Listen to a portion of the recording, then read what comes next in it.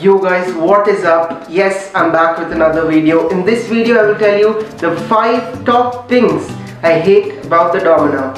So without wasting much time, let's get right into it. The first and the most biggest problem with the dominar would be its weight. Now when I'm talking about weight, I don't mean the entire weight of the motorcycle. All I'm trying to tell you is the handlebars are really heavy. So if you're trying to filter in traffic, it's going to be a huge problem. The reason for this kind of weight is because Bajaj have shifted from the regular USD forks to the upside down forks. Now what this helps in is that it reduces fork flex, but in addition to that, it does add on the weight. The best thing that has happened after they've shifted to upside down forks would be that you feel much more planted and stable on the highway at higher speed. The dominar is not the most refined motorcycle.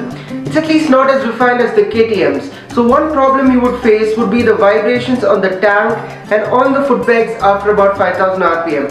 And when you're talking about the pillion foot pegs, it gets really bad. Let's not talk about that. Now comes the worst part. Every dominar owner faces this, even I do. And let me try and put it in a good way.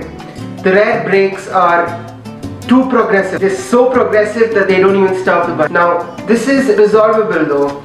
You could actually use EBC double edge brake pads and increase your braking by 20%. We haven't yet done that. We will be soon changing the brake pads when these are worn out. Next up is the exhaust.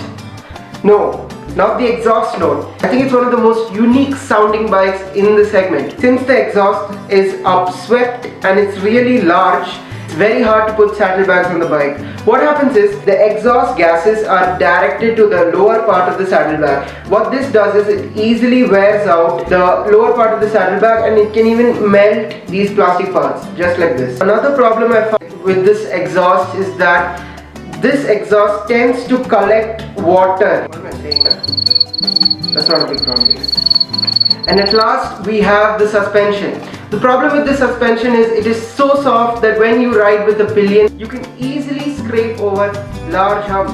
Now don't mistake me, this happens very rarely and you won't really find a problem with this. But I think I'm just picking out the little things.